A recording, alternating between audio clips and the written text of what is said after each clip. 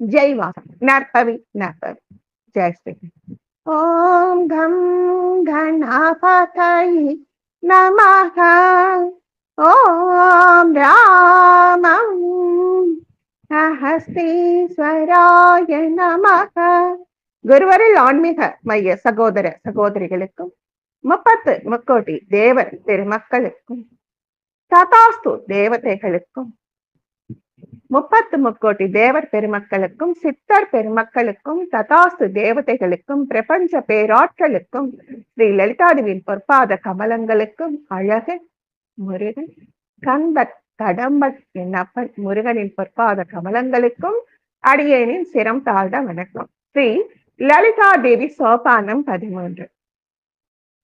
ஆழ்வாரும் அழகனும் கொஞ்சம் பெருசுதான், முடிஞ்ச வரைக்கும் இன்னைக்கு பார்த்துடலாம். இங்க நமக்கு அறுபடை வீடு இருக்கு, சிக்கல் சிங்கார வேலன் இருக்காரு, எண்கண் எட்டுக்குடி, இதெல்லாம் எப்படி அந்த சிலைகளால நாம அந்த இடத்துல போய் அனுபவிச்சுட்டு வரோமோ, அந்த சிலைகளில் என்னென்ன சிறப்புன்னு தெரிஞ்சுக்கிட்டு வரோமோ, அதே மாதிரி ஆந்திராவில பஞ்சாரண்ய சேத்திரங்கள், பஞ்சனா 5 தான், ஆனா இவங்க பஞ்சாரண்ய சேத்திரங்கள் தான் 6 ஸ்தலங்களை சொல்றாங்க. இத ஆந்திராவின் அறுபடை வீடுகள்னு சொல்றாங்க.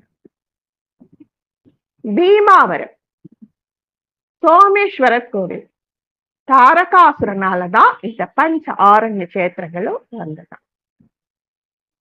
தாரகாசுரனை நம்ம முருகப்பெருமான் வதம் பண்ணார் இல்லைங்களா? அப்படி வதம் பண்ணும் பொழுது அவருடைய ஒரு அம்பானது தாரகாசுரன் தொண்டையில போய் பற்றுச்சாங்க. நாம கேள்விப்பட்டிருப்போம், கஜமுகாசுரன் வயிற்றுக்குள்ள சிவபெருமான் இருந்தாரு. பக்தி பாட்டு பாடி அவர் வயிற்ற கிழிச்சுக்கிட்டு சிவபெருமான் வெளியில வந்தார். அது மாதிரி தாரகாசுரன் தொண்டையில ஒரு சிவலிங்கம் இருந்ததா. அவ்வளவு பெரிய சிவபக்தனா, ஆனாலும் புத்தி மட்டும் அப்படி போயிடுது. அசுரன்னு ஒண்ணும் தனியா ஒரு பிறவி கிடையாது, அவங்களும் நம்மள மாதிரிதான். ஆனா குணம் மாறுபடுறதுனால சுரர் அசுரர் அப்படின்னு தெரியுறாங்க. அந்த தொண்டையில இந்த சிவலிங்கத்துல முருகப்பெருமானோட அம்பு பட்டு அந்த சிவலிங்கத்தின் துண்டுகள் 6 இடங்கள்ல விழுந்ததாம். எப்படி தாக்ஷாயினி தேவியின் 51 துண்டுகள் பூமியில பட்டு சக்தி பீட்டங்களா மாறிச்சோ, அப்படி ஆந்திராவில 6 இடங்கள்ல துண்டுகள் விழுந்துச்சான். நாம ஒரு தரம் பார்த்திருக்கோம். முருகப்பெருமான் பழம் கிடைக்கலன்னு கோவிச்சுக்கிட்டு பழனியில போய் உட்கார்ந்தாரு. அது பெரிய பாப்பம், அப்பா அம்மா கிட்ட சண்டை போட்டது அப்படிங்கிறதுனால ஹிமாச்சல்ல போய் தவம் இருந்து தன்னுடைய சதையெல்லாம் கரைஞ்சு எலும்பு வடிவா கார்த்திகேய கோவில் அப்படின்னு ஒரு தரம் பார்த்திருக்கோம். அது மாதிரி அகில உலகத்துல எப்பவும் எங்கேயும் நம்ம இந்து தெய்வங்களின் சாநித்தியம் கிடைச்சுக்கிட்டே தான் இருக்கு. இன்னைக்கு ஆந்திராவில் இருக்கிற அறுபடை வீடுகளை பார்த்திடலாம். இத பஞ்சராம கஷேத்திரங்கள் அப்படின்னு சொல்றாங்க. கிழக்கு கோதாவரி மாவட்டத்துல திராட்சாராமம் அப்படிங்கிற பீமேஸ்வரர் கோவில் இருக்கு. ஆந்திராவில புகழ்பெற்ற முருக பக்தர்களில் சிறப்பு கோவில். ஸ்ரீசைலத்தில் உள்ள மல்லிகார்ஜுனரின் லிங்கமும் காளேஸ்வரத்தில் உள்ள காளேஸ்வரனின் லிங்கமும் சேர்த்து ஆந்திர பிரதேசத்திற்கு அதன் பண்டைய பெயரான திரிலிங்க தேசம் அப்படின்னு ஒரு பெயரும் கிடைச்சதாம். பீமேஸ்வரம் இந்த 6 பஞ்சாராமம்னு சொல்றாங்க, ஆனா 6 கோவில தான் அப்படி சொல்றாங்க. பீமேஸ்வரர் கோவில் பாதாமி, நம்ம சளுக்கியர் விமலாதித்தன் கேள்விப்படுறோம்ல, அந்த சாளுக்கியர்களோட ஒரு கிளை வம்சமான வேங்கியின் கிழக்கு சாளுக்கிய மன்னரான சாளுக்கிய பீமனால் கட்டப்பட்டது. அவர் 892 மிகவும் கடினமான சூழ்நிலையில் தான் அரியணை ஏறினார். காலப்போக்கில பாதாமி நாட்டை சேர்ந்தவங்க சாளுக்கியர்கள் வீழ்த்தி ராஷ்டிரகூட்டர்கள் வேங்கி நாட்டை ஆக்கிரமித்தனர். அப்படி அவங்க கைப்பற்றி சாளுக்கிய பீமனையும் கைது பண்ணிட்டாங்க. பீமன் சிறையிலிருந்து தப்பித்து முடிசூடினாரு. இருந்தாலும் ராஷ்டிரகூடர்கள் மீண்டும் அவர் நாட்டை ஆக்கிரமிச்சாங்க. இந்த அனைத்து போர்களிலும் பீமன் தன்னுடைய உறவுகளுடன் சண்டை போட்டு ஒரு 360 போர்களை நடத்தினாரு. துணிச்சலான அவருடைய போர் கடைசி ஆண்டுகள்ல மதம், மனம் எல்லாம் சோர்ந்து கோவில்களா கட்ட ஆரம்பிச்சாராம். 360 போர்களை நடத்தி முடித்த பீமன் கடைசி காலத்துல அவருடைய பையன் இழந்ததுக்கு அப்புறம் போர்களில் ஈடுபடாமல் தெய்வீக தொண்டில் ஈடுபட்டார். பல கோயில்ல கட்டினார். அதுல ஒண்ணுதான் சாமல் கோட் அல்லது சமல் கோட்டா அப்படின்னு சொல்றாங்க. சாளுக்கிய பீமேஸ்வரர். இன்னொன்னு திராட்சாராமத்துல இருக்கிற பீமேஸ்வரர். அதனாலதான் பஞ்ச ஆரண்ய சேத்திரம், பஞ்ச ராமா சேத்திரம்னு சொல்றாங்க. 2 பீமேஸ்வரத்தையும் அவங்க ஒரே பீமேஸ்வரமா கணக்கு பண்ணிக்கிட்டாங்க. மற்ற புகழ்பெற்ற ராமக்ஷேத்திரங்கள் அமராவதியில் உள்ள அமரேஸ்வரர், பாலக்கொல்லூர்ல இருக்கிற ராமலிங்கேஸ்வரர். இந்த பாலக்கொல்லு இந்த ராமலிங்கேஸ்வரர் ஆசிரமத்துக்கு கோயிலுக்கு நாங்க போயிட்டு வந்த ஞாபகம் இருக்கு. அதுக்கப்புறம் குன்னப்புட்டியில உள்ள சோமராமர். எல்லாமே சிவலிங்கம் தான், ஆனா ராமர் ராமர்னு சொல்றாங்க. ஏன் சோமராமர்னா அங்க சந்திர தேவர் வந்து அந்த லிங்கத்தை எடுத்து பிரதிஷ்டை பண்ணாராம். காலப்போக்குல எல்லா லிங்கங்களும் மண்ணுல போயிடுது இல்லையா, அவர் வந்து சந்திர தேவ் சோமன் அவருக்கு ஒரு பெயர் உண்டு. சிவனுக்கு ஒரு பெயர் சோமன், அதே பெயர் சந்திர தேவனுக்கு உண்டு. அதனால அந்த சோமாராமம்னு சொல்றாங்க. பீமேஸ்வரர் கோவில் 2 பிரகாரங்களில் அமைந்துள்ளது. வெளிப்புற சுவரில் 4 நுழைவாயில்கள் உள்ளன. ஒவ்வொன்றும் ஒரு கோபுரத்தோடு இருக்கு. மேற்குல உள்ள அந்த பெரிய நுழைவாயில் ரொம்ப பெருசாம். இது 5 நிலைகளை கொண்டது. முதல் பிரகாரத்தில் பல சன்னதிகள் உள்ளது. 2வது நுழைவாயில் தெற்கு வழியாக உள்ளது. 2 மாடிகளில் ஒரு தூண் வராண்டா. 2வது பிரகாரத்தில் உள்ள பிரதான சன்னதியை சுற்றி பெருசா மண்டபம் இருக்கா. ஒரு மூலையில மாணிக்காம்பா தேவி சன்னதி இருக்கா. மாணிக்காம்பான்னா ஆந்திராவுல ரொம்ப ரொம்ப ரொம்ப சிறப்பு பெற்ற கோவிலுங்க மாணிக்காம்பா தேவி. நமக்கு எப்படி காமாட்சி, மீனாட்சி, விசாலாட்சா, அவங்களுக்கு மாணிக்காம்பா அப்படிங்கிறது ரொம்ப ஒரு அப்படியே அப்படியே குழுந்துருவாங்க. மாணிக்காம்பா தேவி, பிரம்மராம்பா தேவி, இதெல்லாம் அவங்களுக்கு ரொம்ப லாக்கியமான விஷயம். 2 தளத்துல இருக்கிற இந்த கோவில்ல சிற்பங்கள் நல்லா அற்புதமா அமைதியா இருக்காம்.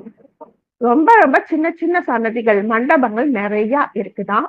பல சிற்பங்கள், சில ஓவியங்கள், உருவப்படங்கள் எல்லாமே இருக்குதான். இப்படி நிறைய அந்த பீமா ராமத்துல இருக்கு. அடுத்தது வந்து திராட்சாராமம், குமாரராமம், சோமாராமம்னு வரிசையா வருது. ஒரு நிமிஷம்.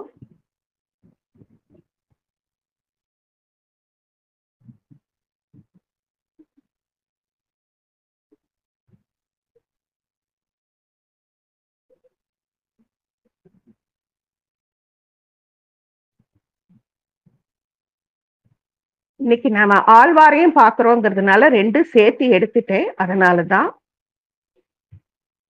சாளுக்கிய குமாரசுவாமி கோவில் சமல்கோட்ல இருக்கிற பீமேஸ்வரம்.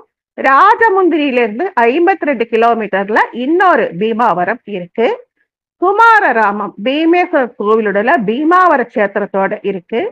கோவிலில் காணப்படும் கல்வெட்டுகளின்படி இந்த கிராமம், அதாவது ராமம்னு சொல்றாங்க, அத கிராமம்னு தான் சொல்லணும் தமிழ்ல, அவங்க ராமம்னு சொல்றாங்க. சாளுக்கிய பீமாவரம், ஏன்னா 2 பீமாவரம் இருக்கிறதுனால காக்கிநாடாவுக்கு வடக்கே சுமார் 11 கிலோமீட்டர் பக்கத்துல இருக்கு. இந்த இடம் அதன் நீண்ட வரலாற்றில் பாட்டலிபுத்திரத்தின் நந்த வம்சத்தில் கோல்கொண்டாவின் அசப் ஜாகிகள் வரை பல ஆளும் குடும்பங்களின் அவங்க தலையெடுத்து இந்த கோவில போஷிச்சிருக்காங்க. அதைத்தான் ஆளும் குடும்பங்களின் பாதுகாப்பில் இருந்ததுன்னு போட்டிருக்காங்க. ஆண்டவனுக்கு நாம பாதுகாப்பு கிடையாது. அவங்களோட எப்படி நம்ம கல்கத்தா கோவில ராணி ராசமணி தேவி மீனவர்களின் தலைவி கட்டுனாங்களோ அது மாதிரி இவங்க போசகர்களா இருந்திருக்காங்க. இதான் அவங்க இந்த 2 பீமாவரம் இருக்கிறதுனால ஒண்ணு சாளுக்கிய பீமாவரம்னு சொல்றாங்க. இந்த பீமாவரத்தை குமாரராமம்னு சொல்றாங்க. அதாவது குமார கிராமம்னு சொல்லணும். நம்ம கிராமம் நகரம்னு சொல்றோமே அப்படி சொல்லணும். சொல் வழக்குல பஞ்சராம கஷேத்திரங்கள், பஞ்ச கிராம கஷேத்திரங்கள் வர்றதுக்கு பதிலா பஞ்சராம கஷேத்திரங்கள் இருக்கு. முதல்ல பார்த்த பீமாவரம் சாளுக்கியர்களின் வசம் இருந்திருக்கு. பீமன் அப்படிங்கிற மன்னன் 360 போர் முடிச்சு அவன் கட்டின கோவில். இப்ப பார்த்த பீமாவரம் பாடலிபுத்திரன் நந்தர்கள் வம்சாவளியிலையும் கோல்கொண்டாவின் ஆசம் ஜாதிகள் வரை பல குடும்பங்களில் போசிக்க தகுந்ததா இருந்திருக்கு. இந்த பிராந்தியத்தை ஆண்ட பல்வேறு வம்சங்களில் கிழக்கு சாளுக்கியர்கள் அதன் விதியை வடிவமைப்பதில் பெரும் பங்கை கொண்டிருந்தனர். இப்ப நாம எப்படி தெற்குன்னா தென்னாடு, வடக்குன்னா மும்பை, டெல்லி இப்படி சொல்றோமோ அப்படி சாளுக்கியர்களும் கிழக்கு வடக்குன்னு 2-3 பக்கம் இருந்திருக்காங்க. இந்த பீமாவரத்தை அவங்க குமார ராமக்ஷேத்திரம்னு சொல்றாங்க. வெங்கி சாளுக்கியர்கள் இன்னொரு வகையான சாளுக்கியர்கள் இருந்திருக்காங்க. கிழக்கு சாளுக்கியர்கள் இருந்திருக்காங்க. கிபி 624 முதல் கிபி 1076 வரை 4½ நூற்றாண்டுகள் ஆந்திர நூற்றாண்டை ஆண்டனர். 4½ நூற்றாண்டுகள் சுமார் 450 வருஷம் ஆந்திர நாட்டை சாளுக்கியர்கள், அது வெங்கி சாளுக்கியர், வெங்கி ராஜ்யம் அப்படிங்கிற பேர்ல அவங்க ஆண்டிருக்காங்க. ஆந்திராவில இருக்கிற பெரிய பெரிய மலைப்பகுதிகளான மகேந்திர மலைகளுக்கும் நெல்லூரில் உள்ள மனோரு நதிக்கும் இடையிலான முழு பகுதியை அவங்க ஆண்டிருக்காங்க. அதன் மேற்கு எல்லை பொதுவாக கிழக்கு தொடர்ச்சி மலைகளின் அடிவாரத்துல இருந்திருக்கு. இருந்தாலும் வெங்கி சாளுக்கியர் ஆட்சியின் கீழே இந்த கோவில் இருந்திருக்கு. இந்த நாம குப்தர்கள் சொல்றாங்க, அவங்க குப்சா அப்படிங்கிறாங்க. குப்ஜா விஷ்ணுவர்தன ராஜா, அவங்க வம்சாவளி பெருசா அப்படியே விஜயாதித்ய சோழ வரைக்கும் வராங்க. அவங்க காலம் வரைக்கும் ராஷ்டிர கூடர்களின் கல்யாணி சாளுக்கியர் அப்படின்னு ஒரு வகையும் இந்த கோவில அவங்க எடுத்து கட்டியிருக்காங்க. நம்ம ராஜராஜ சோழனோட பையன் பேரு ராஜேந்திர சோழன். அதுக்கப்புறம் அவங்க வம்சாவளியில வந்தவர் ராஜராஜ நரேந்திரன். அவர் பெயருக்கு பிறகு ராஜ மகேந்திரபுரம், ராஜமுந்திரி, அதுக்கு நாங்க போயிட்டு வந்தோன்னு கூட உங்ககிட்ட சொல்லியிருக்கேன். அந்த ராஜராஜ நரேந்திரன் வேண்டுகோளின் பேரிலே அவங்க அரசவை கவிஞர் ஞானையா மகாபாரதத்தை ஆந்திர மகாபாரதத்தில் மொழிபெயர்த்து தெலுங்கு இலக்கிய வளர்ச்சியில மைல்கல்லாக நின்றது. அதனால சாமல் கோட்டில் இருக்கிற பீமாவரத்தில் இருக்கிற குமார ராமர் என்று அழைக்கப்படும் அவரது கோவில் 5 கோவில்களை ஒன்றா எடுத்துட்டு வந்து இந்த ராஜராஜ நரேந்திரர் அதுக்கு திருப்பணிகள், நம்ம சொல்றோம் இல்ல, விளக்கேரிக்க இந்த மாதிரி எல்லாம் பண்ணியிருக்காங்க. அதாவது சோழர்களின் பங்களிப்பும் இந்த பஞ்சாரண்ய சேத்திரத்துல இருந்திருக்கு. ஒண்ணு பீமாவரம், இன்னொன்னு குமாரராமம். சிவபெருமானுக்கு அர்ப்பணிக்கப்பட்ட மற்ற 4 கோயில்கள் அமராவதியில் உள்ள அமராராமம், அமர கிராமம், அது அமரராமம் வருது. குண்டூர் மாவட்டம் திராட்சாராமத்தில் உள்ள தட்ச கிராமம் கிபி 15 நூற்றாண்டு. பாலக்கொள்ளுவில் உள்ள க்ஷீராராமம், குணப்புட்டியில் உள்ள சோமாராமம், இது எல்லாமே பஞ்சராமங்களின் தோற்றம்தான். இது ஸ்ரீநாதர் அப்படிங்கிற ஒரு வரலாற்று ஆய்வாளர் கண்டுபிடிச்சு இந்த 6ஐயும் சேர்த்து 2 பீமேஸ்வரம் இருக்கிறதுனால பஞ்ச ஆரண்ய சேத்திரங்கள் அப்படின்னு சொல்றாங்க. ஏன் அப்படி சொல்றாங்கன்னா, ஆரண்யம் அப்படின்னா வனம், காடு. பஞ்சாரண்யம்னா அந்த 5 கோவில்களும் அப்ப அந்த காலத்துல காட்டுக்குள்ளார அடர்ந்த வனத்துக்குள்ளார இருந்திருக்கு. அதனால பஞ்ச கிராமங்களின் தோற்றத்தை அவங்க பஞ்ச ஆரண்ய சேத்திரம்னு சொல்றாங்க. இந்த பாலக்கொள்ளு அங்க இருக்கிற சிவலிங்கம் நல்லா பெருசாகவும் இருக்கும், வெள்ளை வெள்ளையர்னு பளிங்கு மாதிரி இருக்கும். பொதுவா நம்ம தமிழ்நாடும் சரி ஆந்திராவும் சரி கற்சிலைகள், நல்ல உறுதியான கற்சிலைகள் எல்லாம் கருங்கல்லில் தான் இருக்கும். இந்த பாலக்கொள்ளுல மட்டும் வெள்ளை வெள்ளையர்னு பெரிய லிங்கமா இருக்குங்க. ஏன்னாக்கா இதுக்கு ஒரு கதை சொல்றாங்க. விஷ்ணு மோகினி அவதாரம் எடுத்து கடலை கடைந்த பிறகு கிடைத்த அமிர்தத்தை அசுரர்களுக்கும் தேவர்களுக்கும் கொடுத்தாங்கிறது நமக்கு எப்பவுமே தெரியும். அப்ப மிச்சமா கிடைச்ச அந்த அமிர்தத்தை அங்க ஒரு சிவலிங்கமா அவர் பிரிச்சு வச்சாரு. அந்த சிவலிங்கமா பிடிச்சதுதான் பாலக்கொள்ளு. அங்கதான் நிறைய வித்தியாசமான சிலைகள் எல்லாம் இருந்ததுன்னு அடியேன் போயிட்டு வந்து எல்லாம் போட்டிருந்தேன். 3 சிலையில இருந்து ஒரு நிமிஷம் கதவு முடியும்.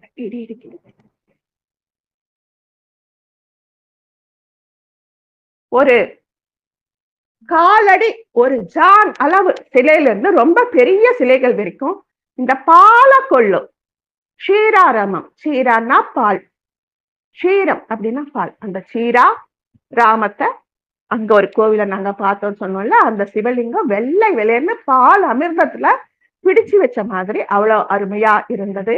அங்க நாங்க போனப்போ இந்த பஞ்சராம கஷேத்திரங்கள்ல நாங்க யாரும் பார்க்கல. ஏதோ 2 கஷேத்திரம் விட்டுட்டோம். ஒரு கஷேத்திரத்துல 1 கோடி லிங்கம் செய்யறதுக்காக அச்சு வச்சு குட்டி குட்டியா அழகழகா லிங்கங்களை செஞ்சிட்டு இருந்தாங்க. ஆந்திராவிலையும் சிவபெருமானுக்கு அதீதமான வழிபாடு இருக்கு. நம்முடைய தேவர்களுக்கும் அசுரர்களுக்கும் யுத்தம் நடந்தப்ப கிடைச்ச அந்த பாலக்கொள்ளு அது திராட்சாராமம் ஆயிடுச்சு. அதுக்கப்புறம் மறுபடியும் பீமேஸ்வரத்தை பத்தி தான் சொல்லி இருக்காங்க. ஒரு பெரிய செவ்வக அமைப்பு கொண்டுள்ள சன்னதியில் நிறுவப்பட்ட சுண்ணாம்புக்கல் லிங்கம் தரை தளத்தில் உள்ள பீடத்திலிருந்து உயர்ந்து ருத்ரபாகர் வழிபடும் கூரையை துளைத்து 2வது மாடிக்குள் நுழைகிறது. இந்த கஷேத்திரத்துக்கு நாங்க போகலிங்க. பிரதானமான ஒரு கோவிலை பத்தி சொல்றாங்க. கீழே தரைத்தளத்துல லிங்கம் அமைக்கப்பட்டு மேல 2வது, அதாவது ஃபர்ஸ்ட் ஃப்ளோர் அப்படின்னு சொல்ற பாத்தீங்களா, அதை தாண்டி வரைக்கும் லிங்கம் போயிருக்கு. பொதுவா அடியேன்னு சொல்றது, ஒரு லிங்கம் அப்படின்னு இருந்தா 1 மடங்கு நம்ம கண்ணுக்கு தெரிஞ்சா அதை விட 2 மடங்கோ 10 மடங்கோ 100 மடங்கோ பூமிக்கு கீழே லிங்கம் வேர் விட்டு வளர்ந்துகிட்டே இருக்கும் அப்படின்னு சொல்லி இருக்கோம். ஆனா இந்த கிராமத்து லிங்கத்துல கீழே அவங்க லிங்கம் வச்சிருக்காங்க. அது வளர்ந்துகிட்டே போய் மேல விதானத்தையும் தாண்டி அங்கேயும் லிங்கம் வெளிப்பட்டு இருக்கு. அத கூரையை துளைத்து 2வது மாடிக்குள் நுழைந்து அந்த லிங்கம் நாங்க பார்க்கல. அதனால லிங்கம் அப்படி வளர்ந்துகிட்டே இருக்கு அப்படிங்கிறதுனால மறுபடியும் விமானங்கள் புதுப்பிக்கப்பட்டு மறுபடியும் அந்த கலசங்களை வச்சு செஞ்சாங்களாம். ஆந்திராவுல யாக்கந்தி உமா மகேஸ்வரர் கோவில்னு ஒரு கோவில் ரொம்ப ஃபேமஸ்.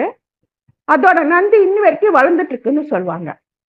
அது மாதிரி ஆந்திராவில் இருக்கிற அந்த சிலைகள் எல்லாம் கொஞ்சம் வளர்ந்துட்டு இருக்கிறத நம்ம வித்தியாசமா தான் பார்க்க வேண்டியதா இருக்கு.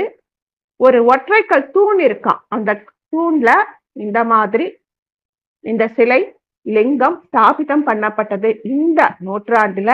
இது வளர்ந்துகிட்டு இருக்கிறதுனால இதை நாங்க மேல்தளம் வரைக்கும் வளர்ந்ததுனால மறுபடியும் இதை எடுத்து கட்டி கும்பாபிஷேகம் பண்ணோம் அப்படின்னு அந்த ஸ்தம்பத்துல கப்ப ஸ்தம்பம் அப்படின்னு அதுக்கு பேர் சொல்றாங்க. நாம ஒரு கல்வெட்டுன்னு சொல்றோம் இல்ல, அது அவங்க கப்ப ஸ்தம்பம்னு சொல்றாங்க. ஒரு பெரிய தூண்ல செதுக்கி இருக்காங்களாம்.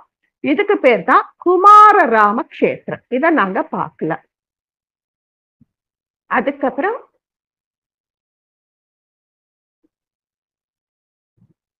6 கஷேத்திரங்கள்ல 3 கஷேத்திரங்களை மட்டும்தான் நாம பார்க்க முடிஞ்சது. இன்னும் மிச்சம் 3 கஷேத்திரங்களுக்கு எனக்கு கிடைக்கல, சரியா கிடைக்கல. அமராவதியில் உள்ள அமரராமம், சாமல்கோட்ல இருக்கிற பீமராமம், திராட்சாராமம், கோட்டிப்பள்ளியில் உள்ள குமாரராமம், பாலக்கொல்லுவில் உள்ள ஸ்ரீராராமம், பீமாவரத்தில் உள்ள சோமாராமம். இங்கெல்லாம் சிவபெருமானே மூலவராக இருந்தாலும் முருகனுக்கு மிகுந்த முக்கியத்துவம் தரப்படுது. இந்த 6 கோயிலை பத்தி நாம தெரிஞ்சுக்கிட்டோம். ஆனா 6 கோயிலோட அந்த கட்டிடக்கலை எப்படி கட்டப்பட்டது இப்படிதான் நிறைய விவரங்கள் இருக்கு. இதுக்கு மேல இந்த கோயிலை பத்தி என்னால எடுக்க முடியல. நாம ஒண்ணு கேட்டா அவங்க ஒண்ணு தராங்க. அங்க ரத யாத்திரைகள் நடக்கும் பொழுது அமரேஸ்வர சுவாமி கோவில் திராவிட பாணியிலே கட்டப்பட்ட அந்த கோவில் அமரேஸ்வரர் கோவில்ல ரத யாத்திரை ரொம்ப விசேஷமாக செய்வாங்களாம். அமரேஸ்வரா இதை நாங்க பார்த்தோமா என்னமோ எனக்கு தெரியல. 15 அடி வெள்ளை பளிங்கு லிங்கத்துல இருக்குதான். பீமாவரத்திலையும் அமரலிங்கேஸ்வரன் தான் சொல்றாங்க. குமாரராமத்திலையும் அமரலிங்கேஸ்வரன் தான் சொல்றாங்க. இந்த கோவில் சிவராத்திரி, மகா பகுலா தசமி, நவராத்திரி, கல்யாணோற்சவம் எல்லாமே நடக்குது அப்படின்னு சொல்றாங்க. ராஜமுந்திரியிலிருந்து 50 கிலோமீட்டர் தொலைவில் உள்ள பீமாவரத்துல இந்த கோவில் இருக்கு அப்படின்னு சொல்றாங்க. திராட்சாராமம் பீமேஸ்வர சுவாமியும் பீமேஸ்வர சுவாமின்னு சொல்றாங்க. குமாரராமையும் பீமேஸ்வர சுவாமின்னு தான் சொல்றாங்க. திராட்சாராமம் பீமேஸ்வரா கோவில் ஆந்திர பிரதேசத்தில் உள்ள ஜோதிர்லிங்க கோவில்களில் ஒன்று. ஜோதிர்லிங்கம் அப்படின்னா இப்ப ஸ்வயம்பு லிங்கம், ஆரியலிங்கம், கானலிங்கம். கானலிங்கம்னா கணபதி, முருகன், பார்வதி, விஷ்ணு இவங்கெல்லாம் கணங்களாக பூமிக்கு வந்து அவங்க ஸ்தாபிதம் பண்ணது காந்தலிங்கம் அல்லது தேவலிங்கம்னு சொல்லப்படும். ஸ்வயம்பு லிங்கங்கிறது தானா வளர்ச்சி வர லிங்கம். ஸ்தாபித லிங்கங்கிறது இந்த இடத்துல இந்த சக்தி இருக்குன்னு மகாபெரியவா சொன்னா, அந்த மாதிரி அந்த காலத்துல பெரியவங்க சொல்லி அந்த இடத்துல பால் சிந்தி அது வெளிப்படுற லிங்கம். ஜோதிர்லிங்கம்னா தன்னை தானே அடையாளம் காட்டிக் கொள்வது ஜோதிர்லிங்கம். 12 ஜோதிர்லிங்கம் இந்த பாரத பூமியில இருக்கு. நமக்கும் தெரியும், ராமேஸ்வரம், காசி, கேதார்நாத் இந்த மாதிரி இடத்துல இருக்கு. பசுபதிநாத் போனோமே அதுக்கு 4 முக லிங்கங்கள் இருக்கு. இது 12 ஜோதிர்லிங்கத்துல திராட்சாராமம் பீமேஸ்வரா கோவில்ல ஜோதிர்லிங்க கோவில்களில் ஒன்று. கிழக்கு கோதாவரி மாவட்டத்தில் அமைந்துள்ள திராட்சாராமம் பீமேஸ்வர சுவாமி கோவில் சிவபெருமானின் ஒரு வடிவமான பீமேஸ்வர சுவாமிக்கு அர்ப்பணிக்கப்பட்டது. இந்த ஆந்திர பிரதேசத்தின் சிறந்த ஜோதிர்லிங்க கோவில்களில் தனித்துவமான கட்டிடக்கலைக்கு பெயர் பெற்றது. இங்கேயும் சாளுக்கிய மன்னர்களும் சோழர்களும் இணைத்து ஒரு வளமான வரலாற்று மரபை பிரதிபலிக்கிறது. ராஜ நரேந்திர சோழன் இந்த பஞ்சாரண்ய கஷேத்திரங்களுக்கும் திருப்பணி செஞ்சிருக்காரு. மறுபடியும் அதுக்கு நிறைய நிபந்தங்களை கொடுத்திருக்காரு. நம்ம ராஜராஜ சோழன் எப்படி செஞ்சாரோ அது மாதிரி ராஜராஜ நரேந்திரன் இவர் வந்து ராஜராஜ சோழனோட பேரன். அம்மங்கா தேவி இவருடைய உடன்பிறப்பு. நானும் படிச்சிருக்கேன் சின்ன வயசுல. இப்ப சரித்திர பெயர்கள் நினைவில்லை. இந்த ராஜராஜ நரேந்திரன், சாளுக்கியன், ராஷ்டிரகூடர்கள் அத்தனை பேர் இந்த கோவிலுக்கு நிபந்தங்கள் கொடுத்திருக்காங்க. இந்த ஜோதிர்லிங்க கோவில்கள் ஆந்திர பிரதேச கோவில்ல இருந்தாலும் தங்க நிற நிழல்களில் நனைந்த கோவிலா இருக்குமா? அது எப்படின்னு எனக்கு சொல்ல தெரியல. அவங்க போட்டிருக்காங்க. சுதேஷ்னா பத்ரா அப்படின்னு இந்த கோவிலை பத்தி அவங்க சொல்றாங்க. பத்ரம்னா இலை வில்வதளம். இத சுதேஷ்ண பத்ரா அப்படின்னு அவங்க சொல்றாங்க. இந்த ஆந்திர பிரதேசத்துல இருக்கிற ஜோதிர்லிங்க கோவில்கள் பிரம்மராம்பா அது கூட ஒரு ஜோதிர்லிங்கத்துல ஒண்ணுதாங்க ஆந்திராவுல. மாநிலம் முழுவதும் உள்ள இது போன்ற ஜோதிர்லிங்கங்களை அவங்க சுதேஷ்ண பத்ரா அப்படின்னு கூப்பிடுறாங்களாம். ஆந்திராவுல மட்டுமே 10 ஜோதிர்லிங்கம் இருக்காம். ஸ்ரீசைலம் மல்லிகார்ஜுனா கோவில். ஸ்ரீசைலம் மல்லிகார்ஜுனா ஆந்திர பிரதேசத்தில் உள்ள ஜோதிர்லிங்க கோவில்களில் ஒன்று. இந்த மல்லிகார்ஜுனா சுவாமிக்கு மலை மேல இருப்பாங்கன்னு கேள்விப்பட்டிருக்கேன்.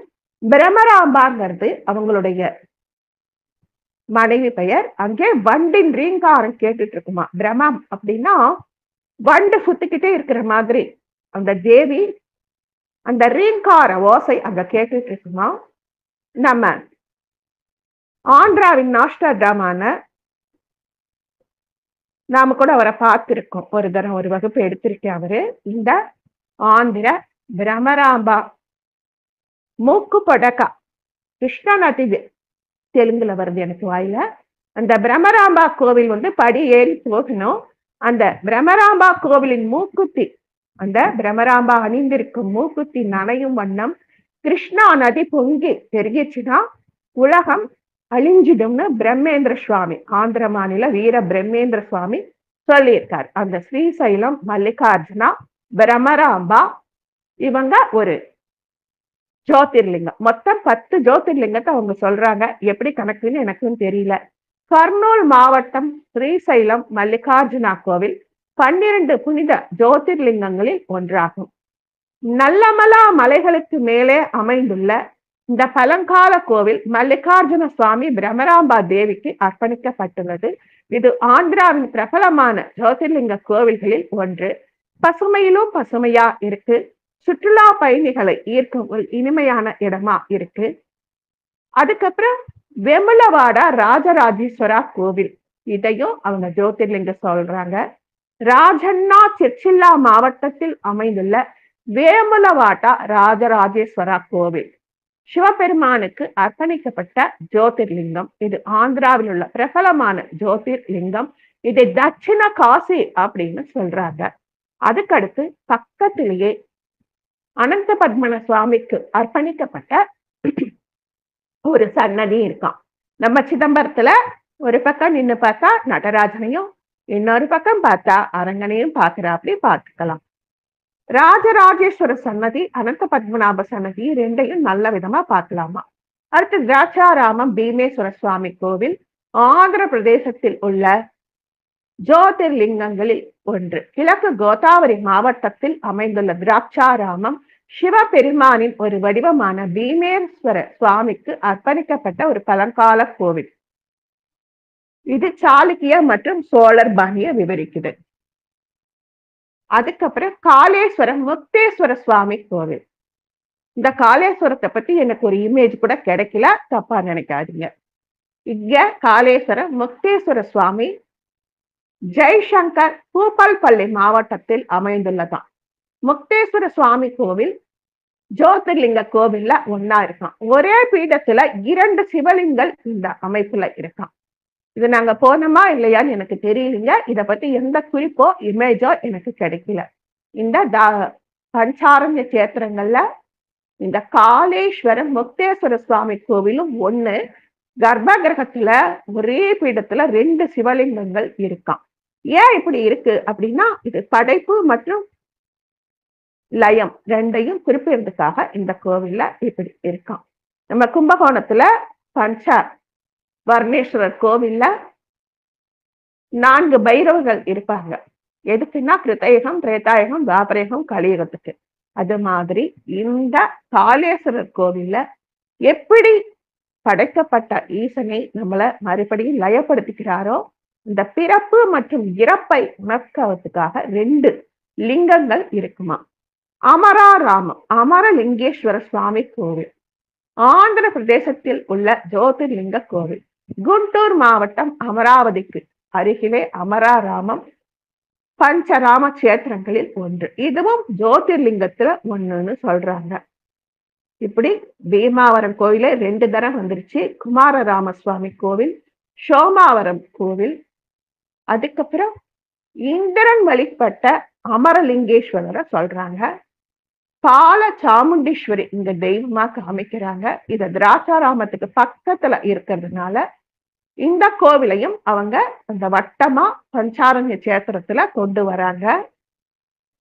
சோமாராமம் சந்திரன் ஒரு கோவிலை எடுத்துக்க நான் சொன்னா இல்லையா, அந்த சோமாராமம் பீமாவரத்துல மொத்தமா எல்லாமே அவங்க பீமேஸ்வர சுவாமின்னு தான் சொல்லிட்டு வர்றாங்க. சோமேஸ்வர சுவாமி கோவில் குணுப்புட்டி அப்படிங்கிற இடத்துல இருக்கு. கோயிலுக்கு முன்னால சந்திரகுண்ட் அப்படிங்கிற ஒரு குளம் இருக்கு. சந்திரன் இங்கு சிவனை வழிபட்டு தனது பாப்பங்களிலிருந்து விடுபட்டதாக நம்பப்படுகிறது. எனவே இங்க இருக்கிற தெய்வத்தின் பெயர் சோமேஸ்வரா. சந்திர மாதத்திற்கு ஏற்ப லிங்கம் அதன் நிறத்தை மாற்றும். அமாவாசை சமயத்துல கொஞ்சம் அடர்த்தியாகவும், பௌர்ணமி சமயத்துல கொஞ்சம் வெள்ளை நிறம் கலந்த கோவிலாகவும் இது இருக்குமா. இந்த 6 ராமத்துல கிருஷ்ணா நதி பிரகாரத்துல ஆரம்பிச்சு நல்லமலா வனம் வரைக்கும், கோனசீமா மாவட்டம், காக்கிநாடா மாவட்டம், பல்நாடு மாவட்டம், மேற்கு கோதாவரி மாவட்டம், இந்த 4 மாவட்டங்களையும் சேர்த்து பஞ்சராம கோவில்களை இந்திரன் நிறுவியதாகவும், 5 கோவில்களும் ஒரே நேரத்துல கட்டுனாங்கன்னா இல்ல, அவங்க ஸ்தாபனா அப்பப்ப முடிஞ்சு பூமிக்குள்ளார கோவில் போயிடுச்சுன்னா எப்படி சந்திர பகவான் வந்து எடுத்து கட்டினாரோ அப்படி நிறைய பேர் இதை எடுத்து கட்டி இருக்காங்க அப்படின்னு சொல்றாங்க. சாளுக்கிய மன்னர்கள், சோழர்கள், ராஜராஜ நரேந்திரன் எல்லாருமே இதை எடுத்து கட்டி இருக்காங்க. பிதாபுரம் அந்த இடத்துல ஒரு சிவன் கோயில சொல்றாங்க. அந்த பிதாபுரத்தையும் அவங்க பீமேஸ்வர சுவாமின்னு தான் சொல்றாங்க. அந்த பீமேஸ்வர சுவாமிக்கு சாளுக்கிய மன்னன் கட்டுமானம் கொடுத்திருக்காரு. அந்த விக்ரமாதித்தனோட மகன் இதுக்கு 30 ஆண்டு இந்த கோவிலுக்கு ஆட்சி செஞ்சு அங்க அந்த கோயிலுக்கு நிபந்தங்கள் கொடுத்ததாக சொல்றாங்க. எல்லா கோயில இருக்கிறது அவங்க மொத்தமாவே பீமேஸ்வரான்னு சொல்லிடுறாங்க. ஏன்னா பீமர் அப்படிங்கிற விக்ரமாதித்த மன்னனோட வம்சாவளியை சேர்ந்தவர். எல்லா கோயிலுக்கும் அவர் நிபந்தங்களை கொடுத்ததாகவும் அவர் போஷிச்சதாகவும் போஷகராகவும் செஞ்சதுனால எல்லாத்தையுமே அவங்க பீமாராமம்னு சொல்றாங்க. 6 கோவில்களையும் அவங்க பஞ்சாராம கஷேத்திரம் அப்படின்னு சொல்லிக்கிறாங்க. நாம இன்னைக்கு அழகனையும் கொஞ்சம் தான் பார்க்க முடிஞ்சது. இதோட தகவல்கள் கிடைச்சா மறுபடியும் உங்களோட பகிர்ந்துக்கிறேன். புகைப்படங்கள் கிடைச்சிருக்கு, அது அம்மாவுக்கு அனுப்பியிருக்கேன். ஆழ்வாரும் நம்மாழ்வார் விஷ்ணுவோட அம்சம். கலி பிறந்து 43வது ஆண்டு, கிறிஸ்து பிறக்கிறதுக்கு 3059ஆம் ஆண்டுக்கு முன்னாடியே பிறந்தார். அந்த காலத்துல நான் சொல்லியிருக்கேன், கிருத்தயுகம் அது கிருத்த வருஷம் அப்படின்னு புழங்கினாங்க. திரேதாயுகத்தை திரேத வருஷம் அப்படின்னு புழங்கினாங்க. துவாபர யுகத்தை துவாபர வருஷம் அப்படின்னாங்க. இந்த கலி பிறந்ததை நம்ம கலியுகம்னு சொல்றோம், அவங்க கலி வருஷம் அப்படின்னு அவங்க கொண்டாடினாங்க. அதுக்கப்புறமா விக்ரமாதித்ய சகாப்தம்னு சொன்னாங்க. அந்த விக்ரமாதித்தனை ஜெயிச்ச சாலிவாகன சகாப்தம்னு கொண்டாடினாங்க. அதுக்கப்புறம் திருவள்ளுவர் சகாப்தம்னு சொன்னாங்க. நாம தான் கிபி கிமுன்னு போட்டு இப்ப வச்சிட்டு இருக்கோம். அந்த கிறிஸ்து பிறப்பதற்கு 3059ஆம் ஆண்டுக்கு முன்னாடியே அவர் பிறந்தார். திருநெல்வேலி சீமையில தாமிரபரணி கரையில் உள்ள திருக்குருகூர் அப்படிங்கிறதுல பிறந்தார். மாறன் காரியார் மற்றும் சேர நாட்டு திருவெண் பரிசாரத்தை ஆண்ட மன்னனின் மகளான உடைய நங்கைக்கு மகனாக பிறந்தார். கலியிலே 43வது ஆண்டு திருநெல்வேலி சீமையில தாமிரபரணி கரையில திருக்குருகூர்ல அவதாரம் கிடைத்தார். யார் இவரு? இவர்தான் விஷ்ணுவோட அம்சமான விஸ்வக்ஷேணனின் அம்சம். நம்ம புராதனமான கோயிலுக்கு போய் பாருங்க, அங்க கெருடாழ்வாரை கும்பிட்டு அனுமதி வாங்கிட்டு நாம துவஜஸ்தம்பத்தை எல்லாம் தொடாமையே கும்பிட்டுட்டு உள்ள போய் கும்பிடணும். மறுபடியும் விடை பெறும் பொழுது ஹனுமன் கிட்ட விடை பெற்றுட்டு வரணும். சுத்துக்கோவில்ல விஸ்வக்ஷேணன் அப்படின்னு ஒருத்தர் இருப்பார். அந்த விஸ்வக்ஷேணன் யார் அப்படின்னா மகாவிஷ்ணுவோட படை தளபதி. அவர் கையில இருக்கிற சுதர்சன சக்கரத்துக்கு என்ன வலிமையோ அது அந்த விஸ்வக்ஷேணருக்கு உண்டு. இந்த உலகமாகிய விஸ்வத்தின் சேனாதிபதி, அதனால விஸ்வக்ஷேனர். அந்த விஸ்வக்ஷேனரின் அம்சமாக இவர் அவதாரம் பண்ணாராம். ஏன் இவருக்கு மாறன்னு பேர் வச்சாங்கன்னா, பிறந்த குழந்தை அலல அலல அசையில கண்ண திறக்கல, கூப்பிட்டா பாக்கு. உலக வழக்கிலிருந்து இந்த குழந்தை மாறுபட்டு இருக்கு, அதனால மாறு. வைகாசி விசாகம் ஆழ்வார் திருநகரி இவருடைய தத்துவம் விசிஷ்டாத்வைதம். நாம துவைத்தம் அத்வைத்தம் இப்படி சொல்றோம் இல்ல, இவங்க விசிஷ்ட அத்வைத்தம் அப்படிங்கிற பேர்ல இவங்க அத்வைத்தம் கண்டுபிடிச்சிருக்காரு அல்லது நமக்காக கொடுத்திருக்காரு. சேனை முதலியார் அப்படின்னு இவங்களை கூப்பிடுறாங்க. யார? இவருடைய குரு பேரு சேனை முதலியார். ஆனா இவர் யாருக்கிட்டையும் கத்துக்கல, குருன்னு ஒருத்தர் இருக்கணும் அப்படிங்கிறதுக்காக இவர் சேனை முதலியார் அப்படிங்கிறவர் வந்து பார்த்துட்டு உலக வழக்கில் இருந்து இவர் மாறுபட்டு இருக்காரு, அதனால இவருக்கு மாறன்னு பேர் வைங்க. அதுக்கப்புறம் இவர் சடகோபன் அப்படின்னு கூப்பிடுங்கன்னு சொல்லியிருக்காரு. ஏன் சடகோபன் அப்படின்னா, நாம ஒரு தரம் பார்த்திருக்கோம், ஹனுமன் வந்து அஞ்சனாதேவி வயிற்றுல இருந்து வெளிவர தாமதமாச்சு. நாரதர் வந்து ருத்ராம்சமான ஹனுமன் கிட்ட, ஏன்பா வெளியில வரமாட்டேங்கிற அப்படின்னு சொல்லவும், எனக்கு வெக்கமா இருக்கு அப்படின்னாராம். சரி, நீ என்ன பண்ணா வெளியில வருவேன்னு கேட்க, ஒரு பொன் கோவணம், ஒரு பொன் தடி, பொன்னாலான கமண்டலம் இதெல்லாம் கொடுங்க வெளியில வரேன் அப்படின்னு சொல்ல, தாயின் கரு அந்த பக்கத்துல வயிற்றுக்கு பக்கத்துல அஞ்சனாதி வயிற்றுக்கு பக்கத்துல வச்சதும் உள்ள இருந்து கரங்களால எடுத்து கமண்டலம் அந்த குண்டலங்களை காதிலே அணிந்து கொண்டார். கமண்டலம் இல்ல குண்டலம். ஏன் குண்டலத்தை அணிஞ்சிடுறார் அப்படின்னா, பிறந்த குழந்தை வெளியில வரும் பொழுது உச்சி சிரசுல ஜடா அப்படிங்கிற வாயு தாக்குச்சுன்னா போன ஜென்மத்தை மறந்துடும். அதனாலதான் நாம ஒரு வருஷத்துக்குள்ளார அந்த குழந்தைக்கு போன ஜென்ம நினைவுகள் கொஞ்சம் கொஞ்சம் பெற்றா இருக்கும். அதுக்காக தான் முதல் முடியெடுத்து காதுகளை குத்திடறோம். அதனால அவர் வெளியில வந்து ஜடராக்னி பட்டாக்கா தன்னுடைய நினைவுகள் போயிடும்னு ஹனுமன் அந்த குண்டலங்களை வாங்கி காதுகள்ல அணிந்துக்கிட்டாரு. பொன் கோவணத்தை அணிஞ்சுக்கிட்டாரு. பொன் தடிய வச்சு தாயின் கருப்பையிலிருந்து வெளியில வரும் பொழுது தாயின் உடல் தன் மீது மோதாதவாறு பொன் தடியை விட்டு அதை பிடிச்சுக்கிட்டே வெளியில வந்தாருன்னு சொல்றோம். அப்ப ஜாடராக்னி ஹனுமனை தாக்க வந்த பொழுது அவர் அதை தடுத்து நிறுத்தினார். அதே மாதிரி நம்மாழ்வார் சடகோபர், நம்ம ஜாடராக்னிய சடாக்னி அப்படின்னு தமிழ்ல சொல்லுவாங்க. சடகோபர் அந்த சட்டம் அப்படிங்கிற வாயு அவரை வந்து தாக்க வந்த போது அந்த நம்மாழ்வார் சடத்தை கோபித்துக் கொண்டார். அதனால் சடகோபர், அதை நாடின்னு சொல்றாங்க. சடத்தை இவர் வென்றதால் சடகோபன். உலக வழக்கில் இருந்து மாறாக இருந்தால் மாறன் சடகோபன். யானையை அடக்கும் அங்குசம் போல பரன்களாலவே துடித்து பெருமாளை தன் அன்பினால் கட்டியமையால் பராங்குஷன். தன்னை பெண்ணாகவும் பெருமாளை ஆணாகவும் பாவித்துக் கொண்டு பாடும் பொழுது பராங்குஷ நாயகி அப்படின்னு நிறைய பேர் இவருக்கு இருக்கு. இவருடைய சரித்திரம் ரொம்ப பெருசு. 16 ஆண்டுகள் திருக்குறுகூர் நம்பி கோவிலின் புளிய மரத்தின் அடியில் எந்தவித சலனமும் இல்லாமல் தவம் செஞ்சார். 12 நாளாயும் குழந்தைகிட்ட ஒன்னும் தெரியல. நங்கை என்ன செய்யறாங்க, பெருமா கோயிலுக்கு போயிட்டு நீதான் கதி அப்படின்னு போறாங்க.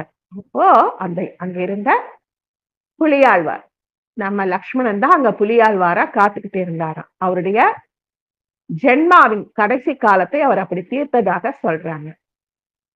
ஆதிசேஷனின் அம்சமான லக்ஷ்மணன் புலியாழ்வாராக அங்க இருக்க, இந்த 12 நாள் குழந்தைய கோயிலுக்கு மாறன் காரியும் நங்கையும் கொண்டு வர, தாயின் கைகளில் இருந்து இறங்கிய குழந்தை தவழ்ந்து சென்று புளிய மரத்தை அடைந்ததாம். அந்த புளிய மரம் இந்த குழந்தை வரது பார்த்து 2ஆ பிளந்து அப்படியே 2ஆ வகுந்து வழிவிட்டதாம். அதுக்குள்ளார போய் இந்த குழந்தை உக்காந்துக்குச்சான். எல்லாரும் அப்படியே நடுங்கி போயிட்டாங்களாம். 10-12 நாளா ஒண்ணுமே அசைவில்லை. 12 நாள்ல எந்த குழந்தையும் தவழாது. தாயின் கையில இருந்த இவங்க தவழ்ந்து உள்ள போயிட்டாங்களே, பிரமிச்சு போய் பார்த்துட்டு இருக்கா. அவங்க அங்கேயே உட்காந்து தியானத்துல ஆழ்ந்துட்டாங்களாம். அம்மாவும் அப்பாவும் இது தெய்வ குழந்தைன்னு புரிஞ்சுக்கிட்டு அப்படியே அவங்க விட்டுட்டு கோவில் பொறுப்பாளர்கள் வசம் பாதுகாப்பு ஏற்பாடுகளை பண்ணிட்டு, குழந்தை அழுதாலோ அசைஞ்சாலோ தகவல் கொடுங்கன்னு கேட்டுக்கிட்டு, குழந்தைக்கு பாதுகாப்பும் பசித்தால் பாலும் எல்லாம் எடுத்து வச்சுட்டு திரும்பிட்டாங்க. ஆனா குழந்தை 16 வருஷமா அப்படியே தான் இருந்திருக்கு. இவங்களும் போய் போய் பார்த்திருக்காங்க, ஒரு அசைவும் இல்லை. அப்ப என்ன ஆச்சுன்னா, மதுர கவி ஆழ்வார், அவர் இந்தியா முழுக்க சுத்தி இருக்கார். அவருக்கான ஒரு குரு தேவை. நம்ம என்ன படிச்சிருந்தாலும் நம்மளை வழி நடத்த ஒரு ஆள் வேணுங்க. இது சரி இது தப்புன்னு சொன்னாதான் நமக்கு தெரியும், அதை ஏத்துக்கணும். அந்த பக்குவம் வேணும். கு அப்படின்னா அறியாமை, அப்படின்னா அகழ்வது. இதைத்தான் அடிக்கடி சொல்றேன், இதை நானும் கத்துக்கிறேன். அந்த குரு எங்க மதுரை கவியாழ்வாருக்கு கிடைக்கல.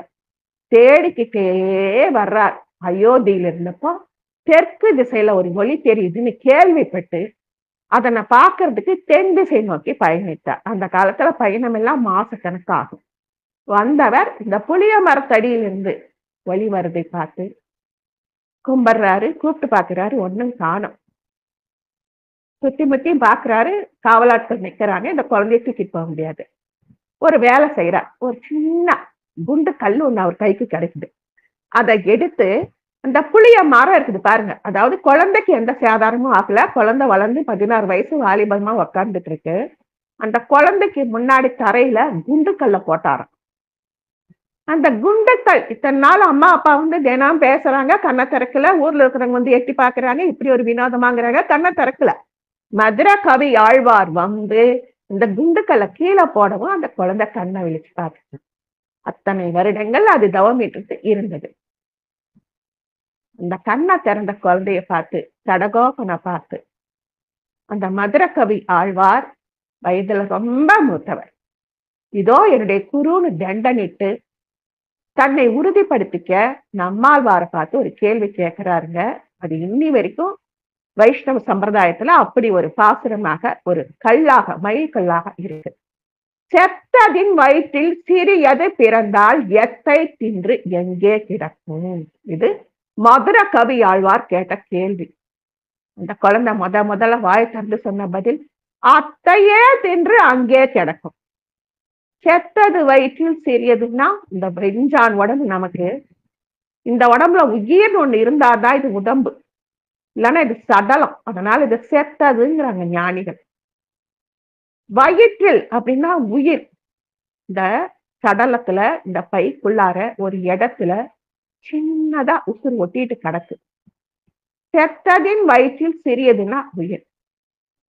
செத்ததின் வயிற்றில் சிறியது கிடந்தால் எத்தை தின்று எங்கே கிடக்கும்? இந்த உடம்புல உயிர் இருக்கே, இப்ப நாம செய்யறதெல்லாம் ஆன்மா, உயிர், அறிவு, இதயம் எல்லாம் பார்த்துட்டு இருக்குன்னு சொல்றோம்ல. இதெல்லாம் இந்த உடம்புல இருந்துட்டு என்ன பண்ணும்? என்ன சாப்பிடும்? சாப்பிடும்னா உணவு கிடையாது. என்ன அனுபவிக்கும்? தின்று அப்படிங்கிற இடத்துல அனுபவம் அப்படிங்கிறத நாம வச்சுக்கணும். இந்த உடம்புக்குள்ளார உயிரும் ஆன்மாவும் இருக்குமே. அந்த ஆன்மா எத்தை தின்று எங்கே கிடக்கும்? இந்த ஆன்மா இப்ப நம்ம பேசுறத சித்தர்கள் வாழ்த்துறதெல்லாம் கேட்டுக்கிட்டு இருக்கும். நல்ல வழியில போறாங்கன்னு நமக்கு ஒரு வாழ்த்து போறோம். அதே இந்த ஆன்மா தப்பா ஒரு மானிட ஒரு செயலை செஞ்சாங்கன்னு செய்யுங்க. அதுக்கு தெரியும், அது சொல்லி பார்க்கும், நமக்கு உணர்த்த முயற்சிக்கும். நாம அதை உணரலைன்னு வச்சுக்கோங்க, அப்படி துடியா துடிக்கும். ஏன்னா மறுபடியும் ஜனன மரண சக்கரத்துல சிக்கிக்குவோமே, அந்த பயத்துல அப்படியே கிடக்குமா. அதனால அத்தை தின்று அங்கேயே கிடக்கும் அப்படின்னு நம்மாழ்வார் சொல்றார். பாரம்பரிய நூல்களின்படி நம்மாழ்வார் நிறைய படைப்புகளை கொடுத்திருக்காரு. 1102 பாசுரங்கள், திருவிருத்தம் 1000 பாசுரங்கள், திரு ஆச்சரியம் 7 பாசுரங்கள், பெரிய திருவந்தாதி 87 பாசுரங்கள் நிறைய இருக்கு. இன்னைக்கு சொல்ல நேரம் இல்லை. நவ திருப்பதியில் நடைபெறும் கருட சேவை விழா, தூத்துக்குடி பகுதியில் உள்ள 9 விஷ்ணு கோவில்கள், ஸ்ரீரங்கம் கோயிலின் வைகுண்ட ஏகாதசி விழா, அரையர் சேவை. அரையர் சேவைன்னா நம்ம பார்த்திருக்கோம். அவங்க தனிப்பட்ட விதமா ஒரு தொப்பி மாதிரி ஒண்ணு போட்டுட்டு இருப்பாங்க, அது அலங்காரமாக இருக்கும். கோவில்ல அரங்கனை சுத்தி கூட்டிட்டு வரும் பொழுது கையில இருக்கிற மான் தோளால தரையில ஓங்கி ஒரு அடி அடிப்பார். அந்த அரையர் சேவையில பாசுரங்களா சொல்லிட்டு வருவாரு. அந்த மான் தோளால தரையில ஒரு அடி அடிச்சுட்டு பாசுரம் சொல்லிட்டு மறுபடியும் அவரு சுவாமியை பார்த்தபடியே பின்னாடியே நகர்ந்து வருவார். பெருமாளோட அந்த கர்ப்ப கிரகத்துல சுத்து பிரகாரத்துல பெருமாள் புறப்பாடு நடக்கும் பொழுது அரையர் சேவை நடக்கும். பாசுரங்கள் பாட சில அரையர்கள், பல்லாண்டு பாட பல அரையர்கள், வாத்திய கோஷ்டிகள், இப்படி மான் தோலை அடிச்சு பாசுரம் சொல்ல ஒரு அரையர்கள், இப்படி நிறைய பேர் அங்க இருப்பாங்க. அதுக்கெல்லாம் இவருடைய பாசுரங்கள் உதவியாக இருந்ததாம். இவர் குழந்தையா இருந்தப்போ எந்த ஒரு தூண்டுதலும் இல்லாம இருந்து மதுரகவி ஆழ்வாருக்கு குருவா ஆனத எல்லாரும் பார்த்து ரொம்ப லாகியமா பேசுறாங்க. இந்த இடத்துல மறுபடியும் அதை தான் சொல்றாங்க. உண்ணும் அப்படின்னா சிந்திக்கும். இப்ப நம்ம சொன்னோம் பாத்தீங்க, உண்ணும் எத்தை தின்று எங்கே கிடக்கும், அதை சிந்திக்கும். இந்த ஆத்மா சிந்திக்கிறதா சொல்றாங்க. விஷ்ணுவின் கதவுகள் முதலில் நாராயணனால் திறக்கப்பட்டதாம். வைகுண்டத்துல ஸ்வர்கவாசிக்கு போற வழியில 7 கதவு இருக்குன்னு சொல்றான். அந்த 7 கதவுகள் வாசல்ல ஜெயனும் விஜயனும் நிக்கிறாங்க. அந்த ஜெயன் விஜயின் சாபத்துலதான் பூலோகத்துல எத்தனை அவதாரங்கள் நிகழ்ந்தது அது நமக்கும் தெரியும். அதுக்கு முன்னாடி ஜெயனுக்கும் விஜயனுக்கும் முன்னாடி ஒரு ஜீவன் காத்திட்டு இருக்கும். ஸ்வர்க்கத்துக்கு வைகுண்டத்துக்கு போற ஜீவனை கைப்பிடிச்சு கூட்டிட்டு போக அமானவன் அப்படின்னு ஒரு ஜீவன் இருக்கும். அந்த அமானவனையும் ஜெயன் விஜயனையும் நிறுத்தி வச்சுட்டு முதல்ல மகாவிஷ்ணு தான் ஸ்வர்க்கத்தை, அந்த வைகுண்டத்தை திறந்து வச்சாராம். சுவாமி நம்மாழ்வாரின் சீடர்கள் அதுல எளிதாக போகிறதுக்காக திறந்து வச்சதாக சொல்றாங்க. அந்த நம்மாழ்வாரின் வழி வந்த குடும்பத்தார் அவங்களும் இன்னி வரைக்கும் அவருக்கு தொண்டு செஞ்சுட்டு இருக்கார்களாம். நம்மாழ்வார் காலத்துக்கு பிறகு மதுரகவி ஆழ்வார் கண்ணின் சிறு தாம்பு என்ற 10 பாசுரங்களை பாடினார். இது ரொம்ப ரொம்ப ரொம்ப ஸ்லாகியமான ஒரு பாடல் என்றால் இந்த பாடலை பகிர முயற்சிக்கிறேன். எதனால அப்படின்னா, இந்த கண்ணினின் சிறுதாம்பு அப்படிங்கிற பாசுரத்தை 11,000 முறை பக்தியுடன் படிப்பவர்கள். சும்மா வேக வேகமாவோ பொருள் தெரியாமையோ எனக்கும் படிக்க தெரியும்னா படிக்கக்கூடாது. அப்படியே பக்தி லயத்தோட 11,000 முறை பக்தியுடன் படிப்பவர். ஆழ்வார் திருநகரில் உள்ள அவரது வாசஸ்தலத்திற்கு செல்லும் போதெல்லாம் நம்மாழ்வாரின் தரிசனத்தை பார்க்கலாம். நம்மாழ்வார் யாரு? மகாவிஷ்ணுவோட அம்சம். நம்மாழ்வார் யாரு? விஸ்வக்ஷினரோட அம்சம். ஒரே ஒரு தடவை நீ 11,000 முறை பக்தியோட படிச்சுட்டேன் வை, நீ எப்பப்ப ஒரு கோயிலுக்கு போறல அப்பெல்லாம் நேர்ல பார்க்கலாம். இந்த மாதிரி ஒரு வரம் இந்த கலியுகத்தில் கொடுத்திருக்காங்க. எல்லா ஆழ்வார்களும் அந்தந்த கோவிலுக்கு போய் தான் பாசுரங்களை பாடினாங்க.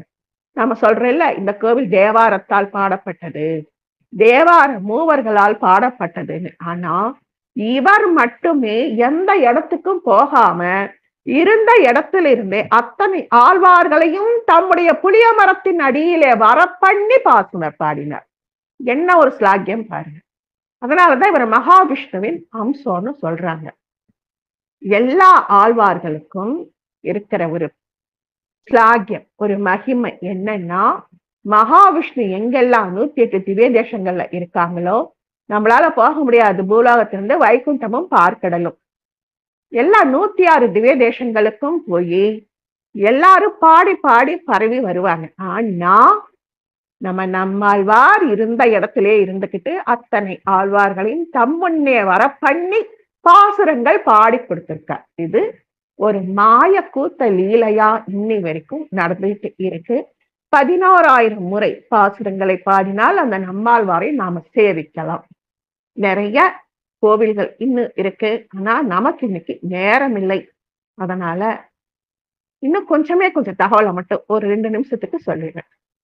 இன்னைக்கு நம்மாழ்வார் அவதார தினம். கண்ணினும் சிறுத்தாம்பு பாட 11,000 நம்மளால முடியுமா? ஒரே ஒரு பாடலாவது நான் பாடறதுக்கு முயற்சி பண்றேன்.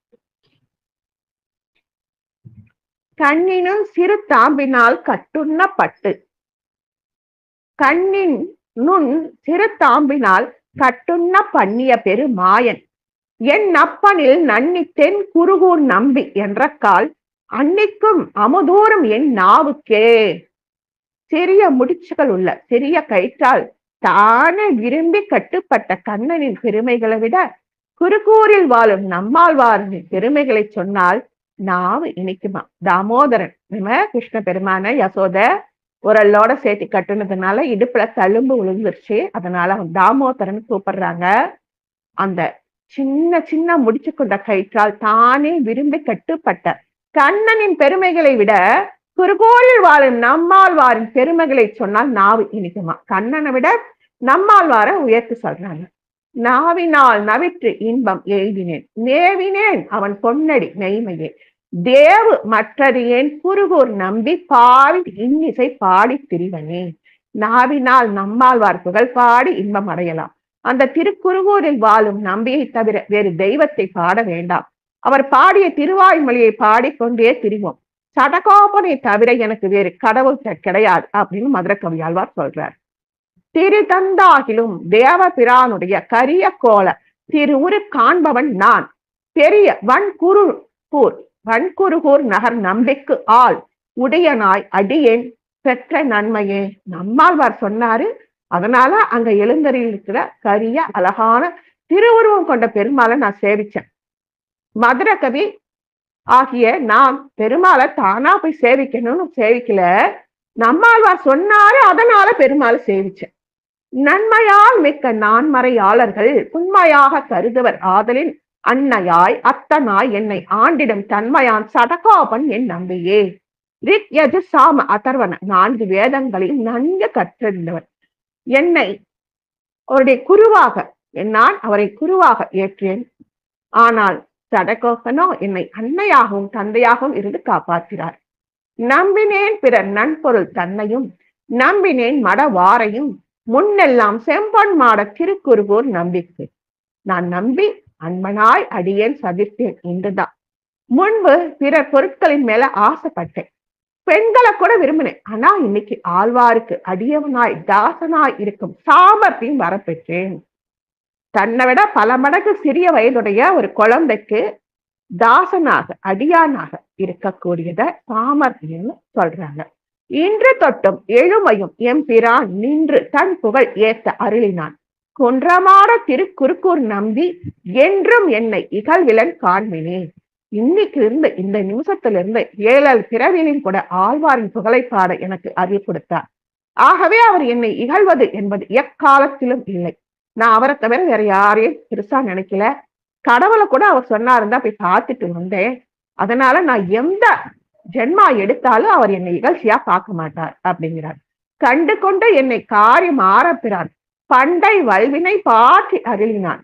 என் திசையும் அறிய இயம்புகேன் உன் தமிழ் சடகோபன் அருளையே.